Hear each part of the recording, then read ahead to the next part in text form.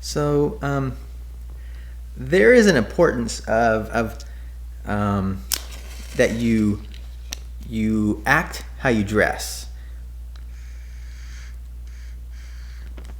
And there's this idea that, if you wear a carpenter's belt, dress like a carpenter, and walk around a apartment complex, people are going to say, hey, could you fix this door for me? Like, well, I'm not a carpenter. And you're going to look down at your belt. It's out. And you're going to look down at your belt and you're going to be like, oh, well, sure, I'll give it a whirl. I got all the tools right here. And there's a lot of that. There's this image of yourself that you have in your mind that allows you to give you authority to do certain things. And so, there's a dress for success type of mentality where if you look the part, you will step up to the plate because of image. And it's like, there's been jokes about it, but I think there's been research on it and everything else. Putting on a certain hat makes you more feel more like you could feel that need. Or I remember there's a Bugs Bunny episode where these hats are falling out of this truck off a big hill, and they're floating on the top of they're just floating around, and when it lands on their head, they start to act like the image of what they're wearing. And so if it was a military hat, they act like they're in the military, or maybe there's just all different kinds of hats. But and there's an image that you have with a beard. And honestly, I'm trying not to make that a case for acting a certain way, because there's different people. There are homeless people that have long beards. There's wizards. There are performers.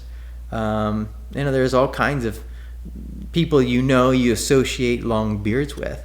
And I think I want my beard, because I don't really have necessarily a particular vibe I think that I have with the beard. Yet I know that there's probably one subconsciously. And I'm trying to be aware of that, because really there's things that I value over my image. And I want to perform in those certain areas. Those are in my faith, and in my family, and in my friendships and love towards one another. And so I like to connect mine with God and His love. And yet I don't know if God has a beard. I know that the images that we have of Jesus have a beard, and talks about Him having a beard. But so it's important. It's important to me that I'm controlling my image, my own image of myself, as I smoke a pipe here. I really want a Gandalf pipe. And I think if I was going to look like someone, I think I would want to look like a wizard, because I want to be. I like that. That's a cool vibe. Like Gandalf is one of the coolest vibes of an older man. It's kind of cool. So anyway, I think what I'm trying to say here is that I have an image, but really, as long as I'm performing the way I feel like I need to perform, and I'm acting in a way that is true to myself and who I want to be, then I can keep the beard. It's kind of intriguing to me.